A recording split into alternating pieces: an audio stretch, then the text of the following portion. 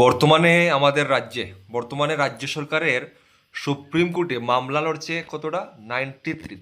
ঠিক আছে, 93। এবং শুধুমাত্র গত 3 বছরে সুপ্রিম কোর্টে মামলা লড়তে সরকারের খরচ হয়েছে, আপনারা দেখতে পাচ্ছেন, 3,82,34,286 টাকা। চিন্তা করতে পারছেন?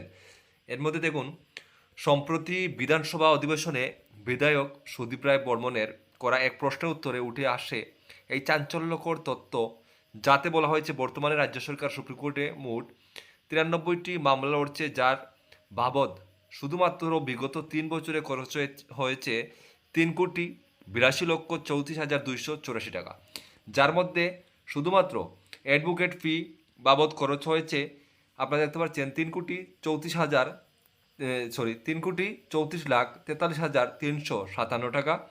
এই তথ্য আসার পর প্রশ্ন উঠেছে একটাই, কার স্বার্থে এত বিশাল পরিমাণ জনগণের ট্যাক্সের টাকা খরচ করছে রাজ্য সরকার? ঠিক আছে, আরও আছে। এটা হচ্ছে বিশেষ করে সুপ্রিম কোর্টের আন্ডারে এই যে তথ্যগুলো, এটা হচ্ছে কিন্তু আপনার ত্রিপুরার মধ্যে একটা পেজ রয়েছে সমাচার ত্রিপুরা, সেখান থেকে নিয়ে আসা, তাদের ইনফরমেশনে আমি ভিডিও বানাচ্ছি। ঠিক আছে, তারা একটা দিয়েছে।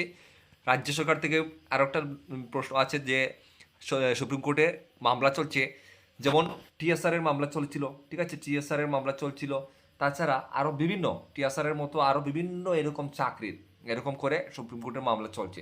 এর মধ্যে অনেকগুলো সুপ্রিম কোর্ট থেকে ইতিমধ্যে রায় পেয়ে বর্তমানে তারা চাকরি পাচ্ছে, চাকরি পেয়েছে এবং চাকরি করছে। হ্যাঁ, যেগুলো সরকার দেয়নি, তারা সুপ্রিম কোর্টে গিয়েছিল, যাওয়ার পরে তারা চাকরি কিন্তু এখন সুপ্রিম কোর্টের রায়ে তারা চাকরি কিন্তু করছে, চাকরি পেয়ে গেছে। তো এই যে চাকরি লড়ছে, বেকাররা চাকরি লড়ছে, টিএসআর হোক বা অন্যান্য বিভিন্ন দপ্তর হোক, এই যে লড়ছে, বেকারদের যে সুপ্রিম কোর্টে মামলা করছে, লাখ লাখ টাকা খরচ হচ্ছে। হ্যাঁ, এই যে এই জিনিসটা, কিন্তু যারা মামলা করছে তারা কিন্তু ঠিকই চাকরি পাচ্ছে, মানে তারা যোগ্য বলে গণ্য হচ্ছে। ঠিক আছে, এই সমাচার, এই কি জানি, হ্যাঁ, সমাচার ত্রিপুরা, এটাতেই আমরা দেখেছি। তো এই হচ্ছে ঘটনা ত্রিপুরার। দেখুন কতটা মামলা রয়েছে আমাদের সুপ্রিম কোর্টে। বর্তমানে রাজ্য সরকারের সুপ্রিম কোর্টে মামলা লড়ছে কতটা, 93।